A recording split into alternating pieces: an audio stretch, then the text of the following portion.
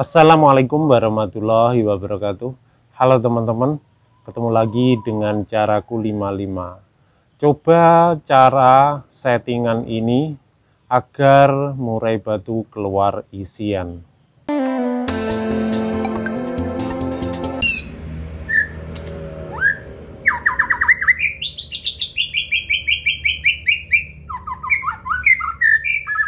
Mengeluarkan isian pada burung murai batu itu juga ada proses dan tahapannya, teman-teman. Jadi tidak langsung kita hanya setting asal-asalan, itu juga belum tentu bisa keluar isiannya.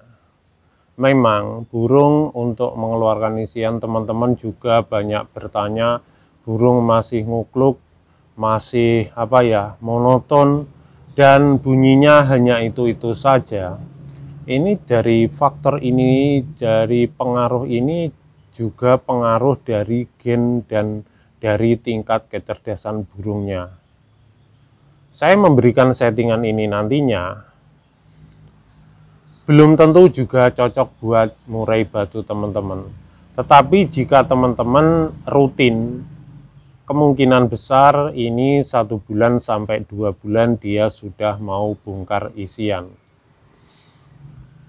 Jadi tidak bisa dipukul rata nanti harus pasti bongkar isian. Itu tidak, teman-teman.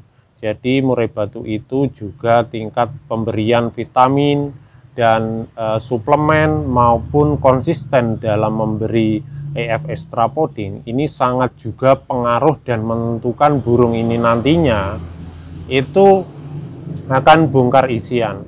Dan faktor pemasteran pada burung, teman-teman, ini sangat menunjang banget. Karena kalau salah memasteri, ya yang ada burung tidak mau menyerap masteran tersebut. Tetapi ada juga yang dimasteri lama masih belum juga bisa bongkar isian. Jadi saya bahas dulu pemasteran sebelum saya membahas settingannya. Pemasteran itu kalau burung hidup, usahakan jangan saling melihat. Misalkan dengan kenari, dengan murai, usahakan jangan saling melihat.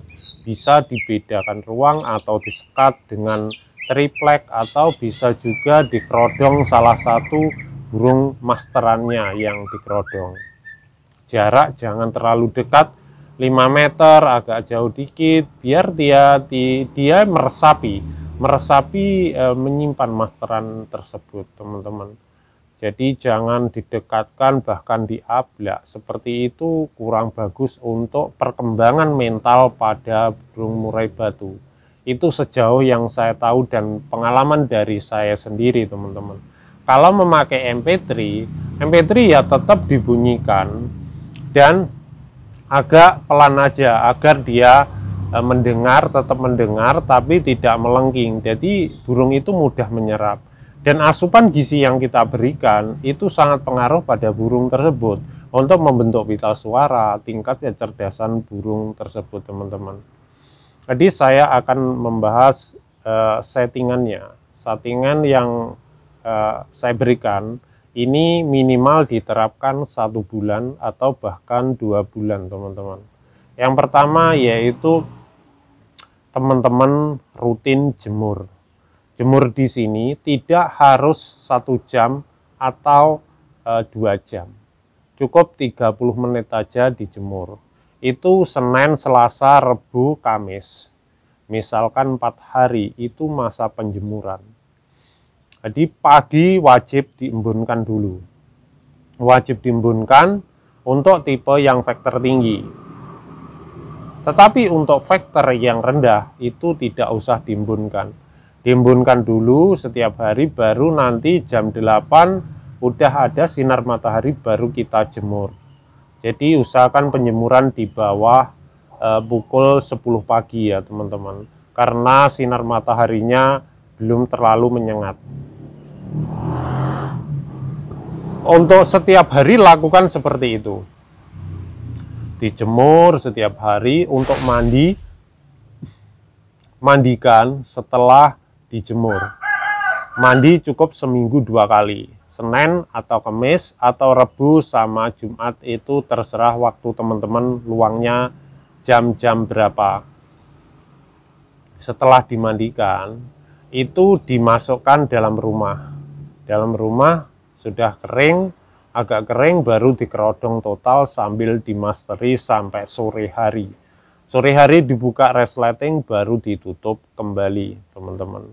Ditutup kembali, full tutup. Terus masalah umbaran, itu cukup sekali aja dalam seminggu diumbar, digebah kira-kira 100 putaran, 50 putaran sampai 100 sudah cukup. Atau harian kalau dimasukkan kandang umbaran cukup 3 jam. 3 jam atau 4 jam aja sudah cukup, teman-teman. Untuk settingan EF, extra podding yang diterapkan, tetap ada for.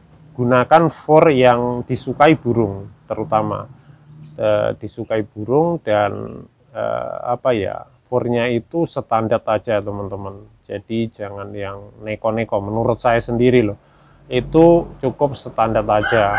Dan pemberian jangkrik itu bisa teman-teman sesuaikan, bisa 33, bisa 55, bisa 77 pagi sore. Dan nanti untuk penambahan ekstra podding lainnya, itu ada kroto sama ulat kandang.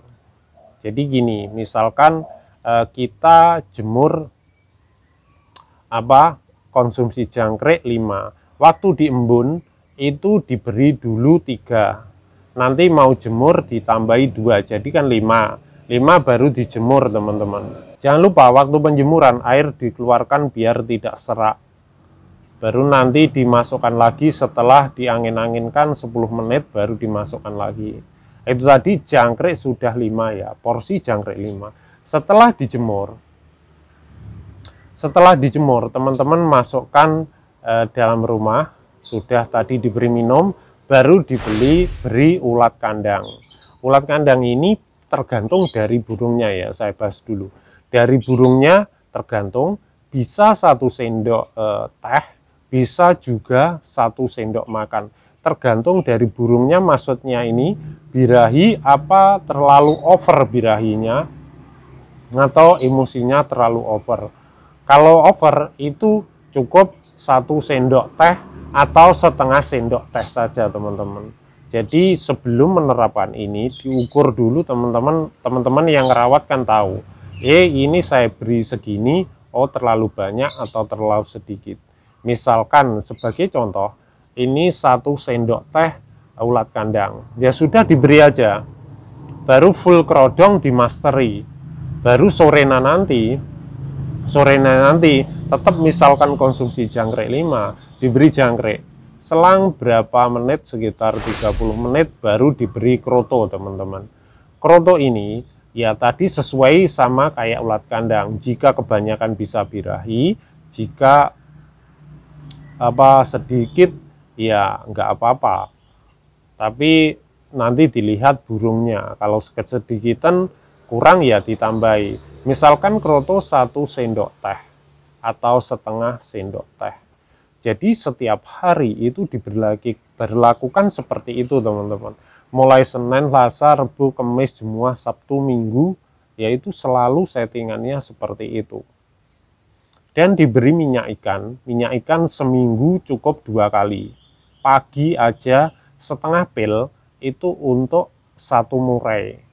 Jadi misalkan 1 pil itu bisa 2 murai.